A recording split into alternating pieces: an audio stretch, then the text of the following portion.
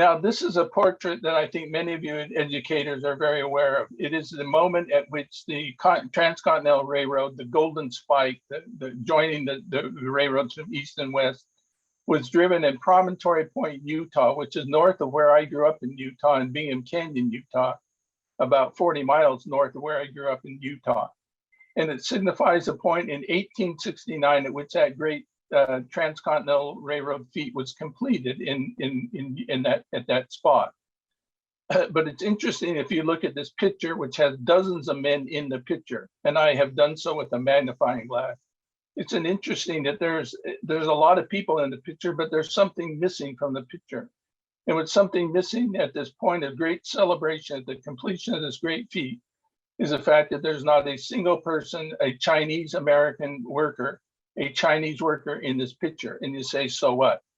Well, the reason why I say so what is the railroad itself was actually built not by the Leland Stanfords, which our history books sort of chronicle as the story of the Transcontinental Railroad, but the people who actually built it, particularly the people who built the difficult part from west to east across the Sierra Nevada mountains, for example, a deadly and dangerous task. 90% of the labor was provided by Chinese laborers who provided that difficult task of actually building that railroad. So at this particular moment, at this critical moment, there is not a single person of Chinese descent who's brought into this picture. They are erased, they are invisible. Indeed, I thought somebody might try to pull a Chinese Where's Waldo sort of thing and try to sneak into the picture, but not a single one had made this picture commemorating this important moment. And let me show you, move to the next slide. In other words, they're invisible, they're erased. This is a book that may be familiar to many of you. It's called The Uprooted, the epic account of the great migrations that made the American people. It is for many people, and still today, one of the standard texts about the history of immigration to the United States. It was written by Oscar Hanlon, as it points out, a Pulitzer Prize winning work, and Oscar Hanlon was a professor at Harvard University. It's interesting that in this epic account of the great migrations that made the American people, up until almost the recent editions, and even barely in then, there was not a single mention in this epic account about people who came not across the Atlantic, but across the Pacific. In other words, who came not figuratively to Ellis Island, but to Angel Island in San Francisco Harbor. Not a single word in this epic account about the settling of the United States by immigrants, of people who came across the Pacific, across Asia. In other words, they were invisible from this main definitive account in many people's minds of the immigrant history of the United States, used consistently and to this day. That has been a missing part and a critical part of telling the story of the peopling of the United States. And that's why, in the next slide, please.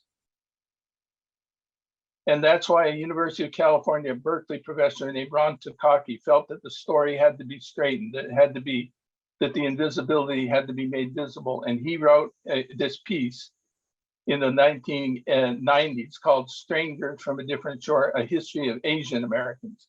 So he sought to create this erasure, to respond to this erasure by telling the story of the people who came not across the Atlantic, but across the Pacific.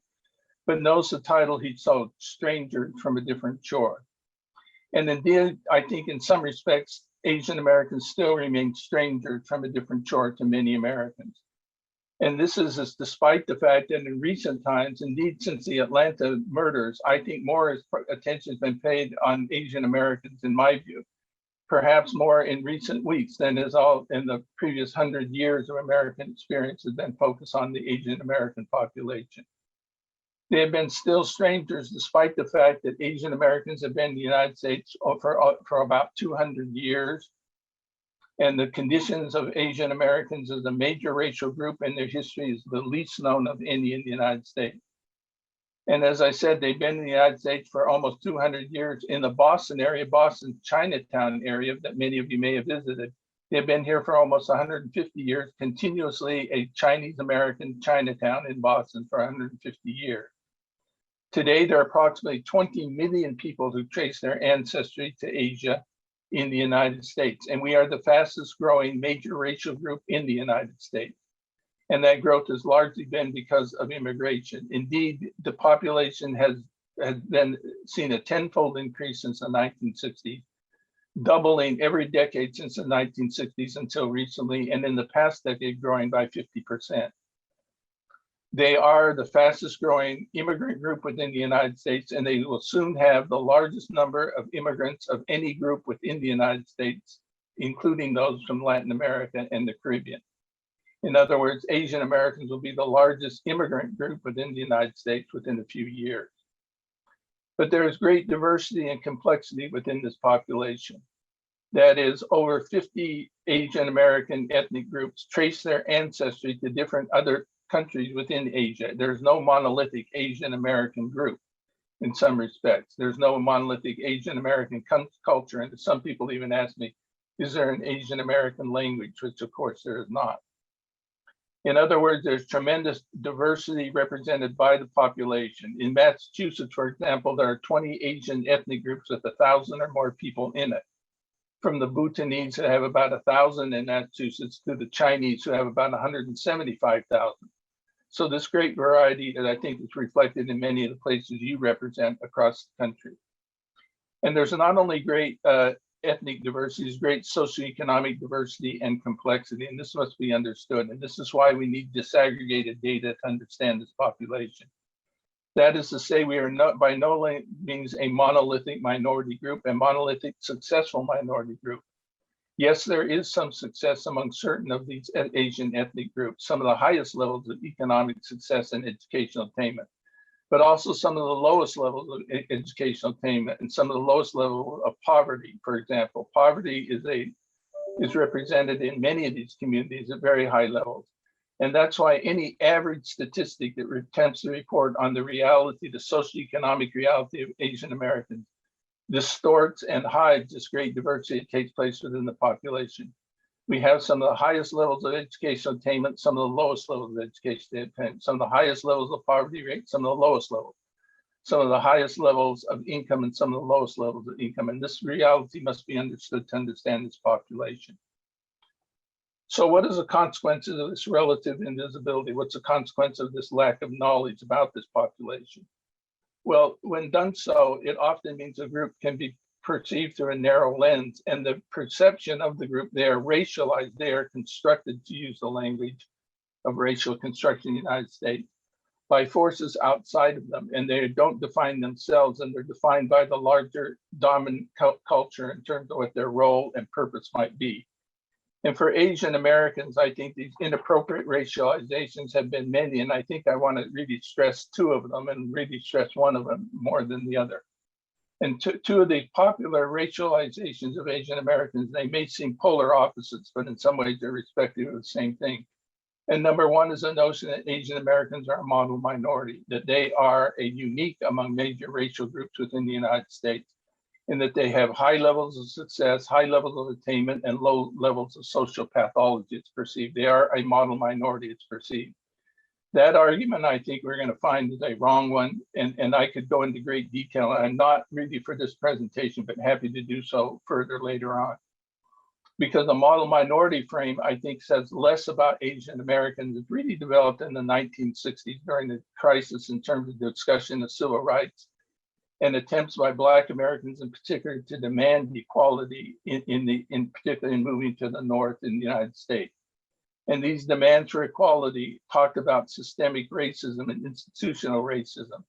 And I think in some respects, the model minority frame was a way for the dominant society to respond to that by pointing out to an ethnic, to a racial group, the Asian Americans, to say, look, this is a group that is not showing the pathologies, that they're not making the demands that Blacks are, and so forth. And so therefore, the problems that Blacks are facing must not be institutional because Asian Americans are succeeding. It must be your fault. It must be the fault of Black Americans that they're facing these problems. And I think this was a using Asian Americans, not really a part of the valorization of Asian Americans, said less about Asian Americans and much more about disciplining Blacks and utilizing Asian Americans as a wedge to try to discipline Blacks in the 1960s. And I think it continues to this day. The frame of model Asian Americans as an undifferentiated model minority is a false one, particularly given the data I've given you before about the differentiation in terms of broad differentiation, socioeconomic differentiation found amongst Asian Americans. But the second frame, which is really more critical in terms of understanding some of the recent attempts of looking at Asian Americans, is the notion of Asian Americans as perpetual foreigners. And the notion of Asian Americans as perpetual foreigners is particularly germane to talk about the rise of anti-Asian violence, or the apparent rise of anti-Asian violence in recent times.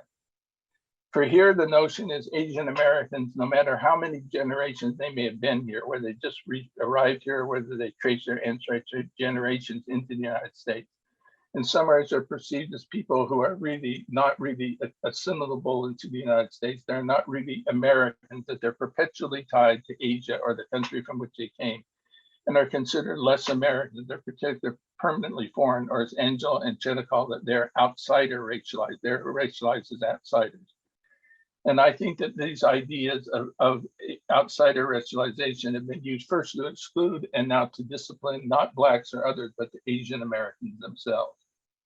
And we see these manifestations of this outsider racialization, perpetual foreigner. Any of you who are Asian American on this mosaic will give examples of how people may have thought of you as, asked you how you learned English so well, or where do you really come from?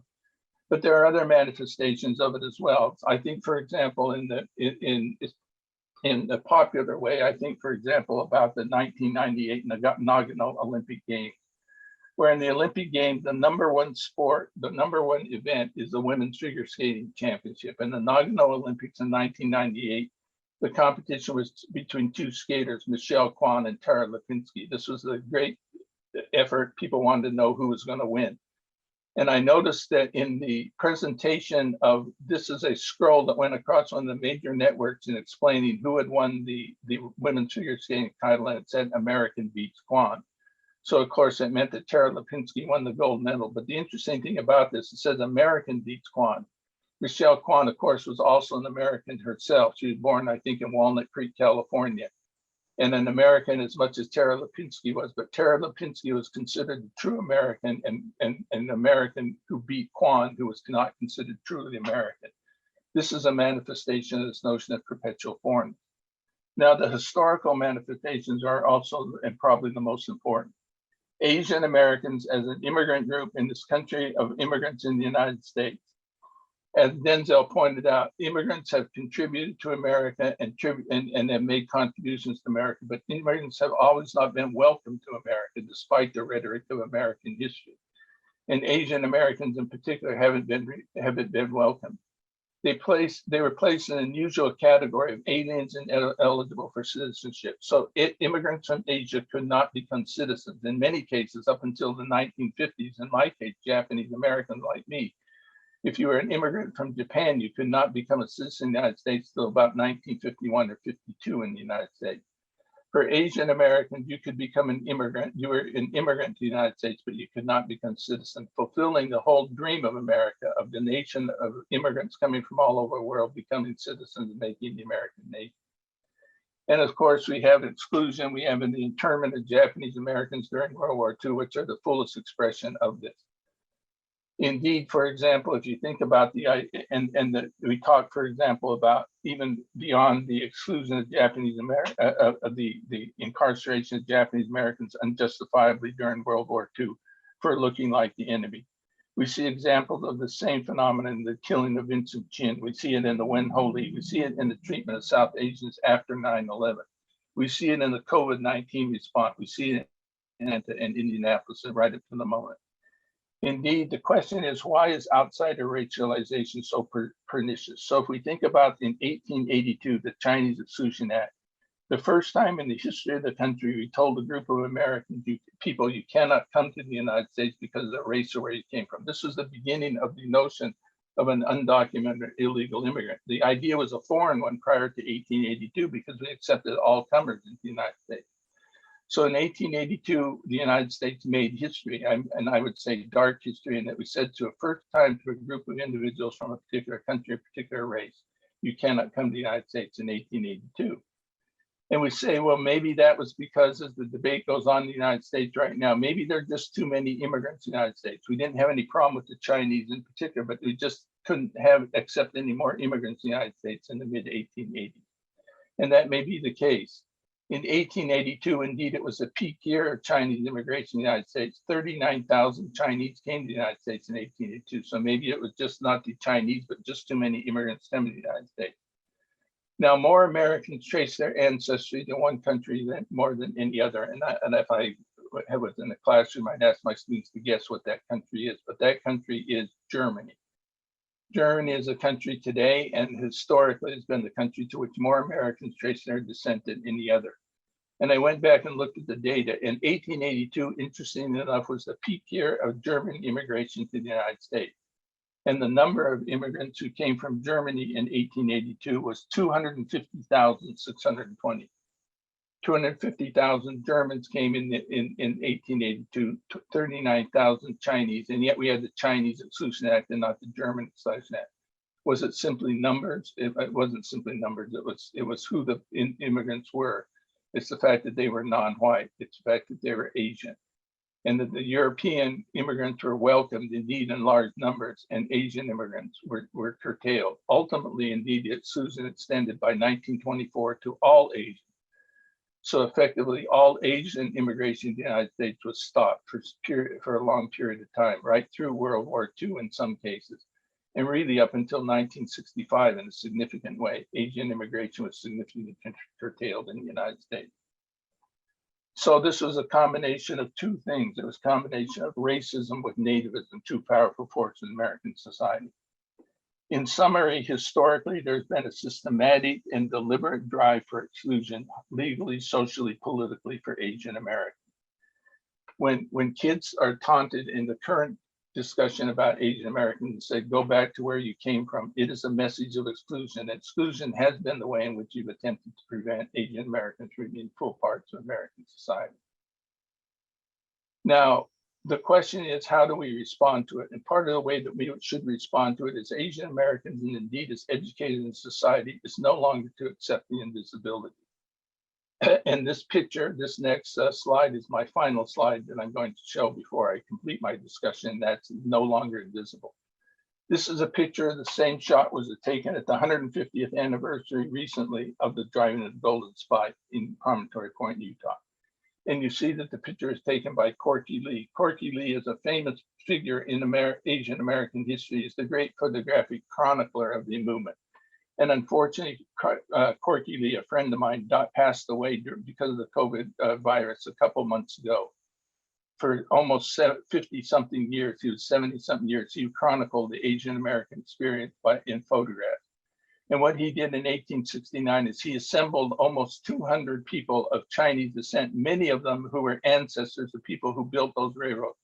And he brought them to this point, and he put all 200 of them in that picture which they were excluded from in 1869. He reclaimed the space. He said that we're going to take over the space and claim it as ours, and we're no longer going to be invisible.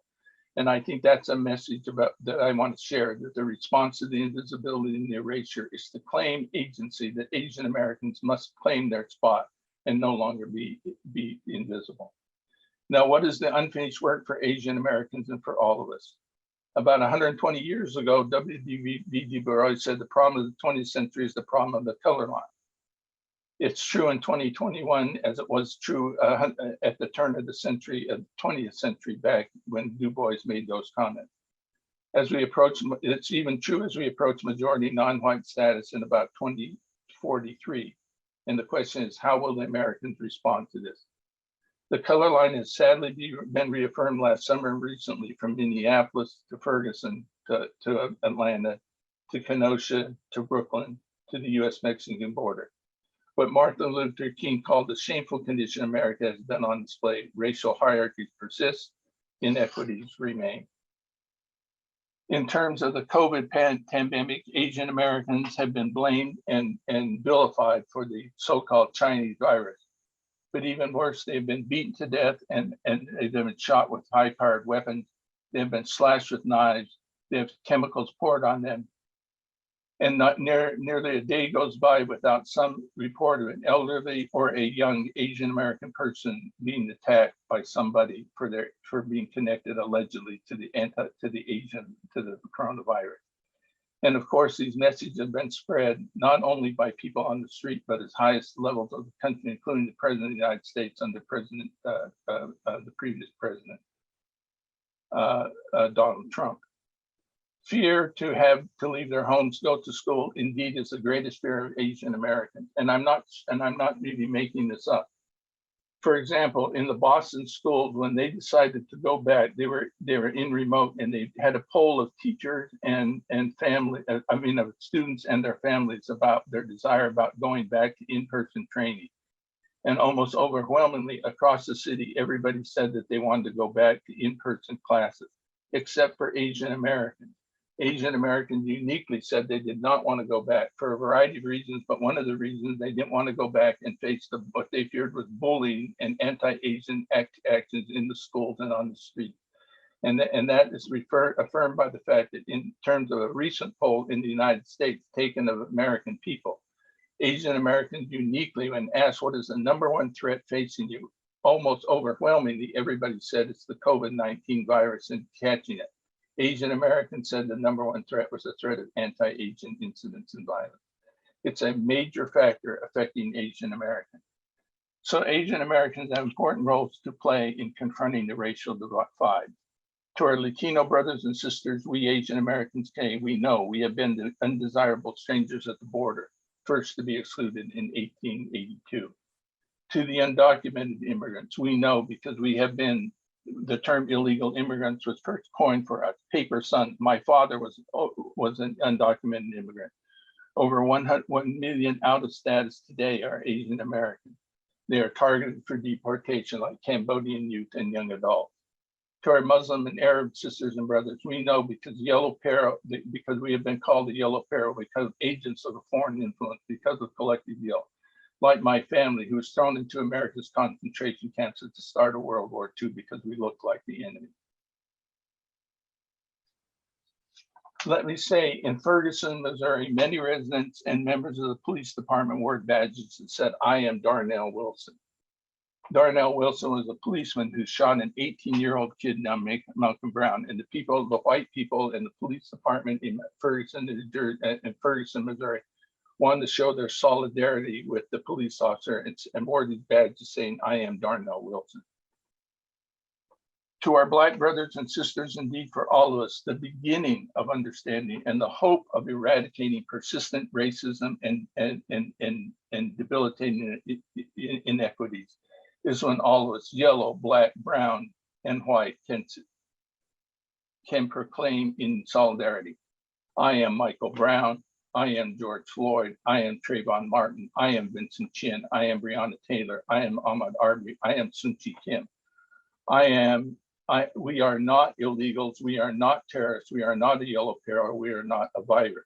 We Asian Americans are sick and tired of being scorned, spat upon, stabbed, shot, and shoved. We are all somebody. Thank you very much.